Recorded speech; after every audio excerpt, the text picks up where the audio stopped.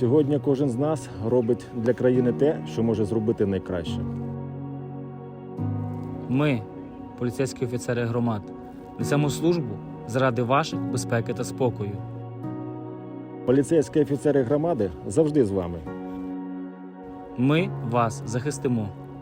Україна єдина.